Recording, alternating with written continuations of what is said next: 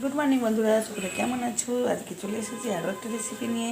দেখুন, ফুলকপি আর মটরশুঁটি আর এটা হচ্ছে পেঁয়াজ কালি ভাজা আছে। এখানে একটু চিংড়ি মাছ নিয়ে নিয়েছি। তো চিংড়ি মাছটা ভেজে নেব। কী করবো বলুন তো, চিংড়ি মাছ দিয়ে বড়ো সাইজের চিংড়ি মাছ আছে। তো চিংড়ি মাছটা আমি ভেজে নিচ্ছি। এখানে আলুটাও ভাজা হচ্ছে। ফুলকপি বানাবো, তার জন্য দেখুন আর একটু চিংড়ি মাছ দেখতে যাবো, যেটা আমি অবশ্যই মশলা রেসিপি বানাবো। তো দেখতে পাচ্ছেন বড় বড় সাইজের চিংড়ি মাছ। তো এটা কিন্তু দারুণ হবে ফুলকপি।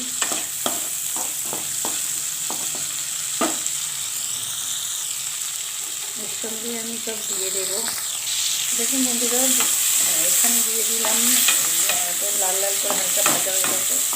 দিয়ে দিলাম লঙ্কা তেজপাতা, আর দিয়ে দিচ্ছি পাঁচফোড়ন। এর সঙ্গে সব দিয়ে দেবো হালকা করে রসুন। ফুলকপি চিংড়ি হচ্ছে তাই জন্য।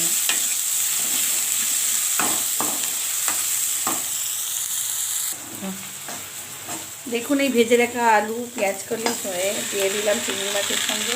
খুব সহজেই এই রেসিপিটা হয়, দেখতে থাকুন।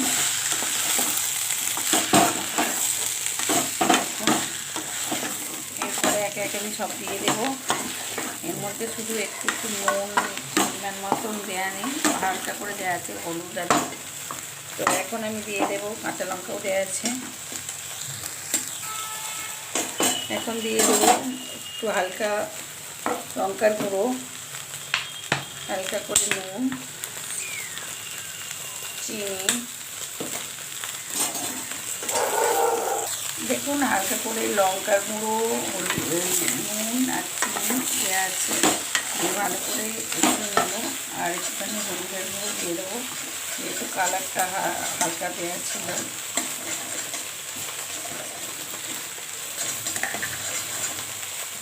আর দিয়ে দেবো জিরের গুঁড়ো। তো এটাকে ভালোভাবে কষিয়ে নিতে হবে। আর টমেটোর পেস্টটা দেখানো হয়নি, টমেটোর পেস্টটাও আমি দিয়েছি, যেহেতু একা একা ধরে করতে হয়। বুঝতেই পারছেন বন্ধুরা আমার অসুবিধাটা। তো অসুবিধা করেই আপনারা দেখছেন, তাই আমারও আগ্রহ হয়ে যায় যে করার আগেই মনে হয় আপনাদের সঙ্গে শেয়ার করি। তো শেয়ার করছি। দেখুন, এইভাবে করলে কিন্তু খুব তাড়াতাড়ি হয়ে যায়। ফুলকপিটা হালকা করে ভেজে নিয়ে জলটা দিয়ে ভেজে নিয়ে আর আলুটা একটু সেদ্ধ করে ভেজে নিলে আর জলদি হবে, অতটা সুন্দর খেতে হবে। তো দেখতে থাকুন। দেখুন বলুন, মোটামুটি কষা হয়ে এসেছে। এরপর আমি একটু আদা দিয়ে দিলাম। আদা দিয়ে ভালো করে উল্টে পাল্টে কষে নেব। কষে নিয়ে আমি জল দিয়ে দেবো পরিমাণ মতো। কেন একটা গ্রেভি থাকলে এটা ভালো লাগে, খুব বেশি গ্রেভি নয়, হালকা গ্রেভি। তো আমি একটু জল ঢেলে দিচ্ছি। দেখুন, একটুখানি ফুটে গেলেই আমি নামিয়ে নেব গরম মশলা দিয়ে। এটা একটুখানি আমি হয়ে যাবে ঠিক। দেখুন বন্ধুরা, পেঁয়াজ কালি দিয়ে আর রসুন দিয়ে আদা দিয়ে চিড়ি দিয়ে পেঁয়াজ ছাড়া আমার ফুলকপি চিংড়িটা হয়ে গেছে। এরপর গরম মশলা কিছুটা, যেমন এর মধ্যে আছে লবঙ্গ, এলাচ, দারুচিনি আর গোলমরিচ, এমন দিয়ে দিলাম। দিয়ে একটু নেড়ে চেড়ে আর একটা জিনিস দেবো, যেটা ধনেপাতা। দেখুন, কিছুটা এখন আমি ধনেপাতা দিয়ে দিচ্ছি আর কিছুটা নামিয়ে দেব সাজানোর জন্য। দেখুন, অলরেডি আমার এটা কমপ্লিট হয়ে গেছে। দারুণ সুগন্ধ উঠেছে পেঁয়াজ ছাড়া, আর চটজলদি বানানো যায়। আমি গ্যাসটা অফ করে দিলাম, ঢেলে নিই, দেখতে থাকুন।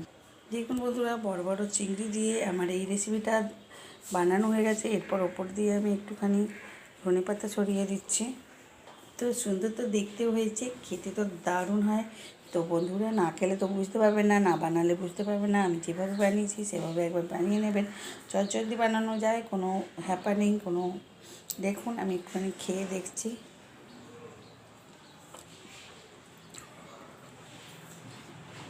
কী বলবো বন্ধুরা, দারুণ হয়েছে।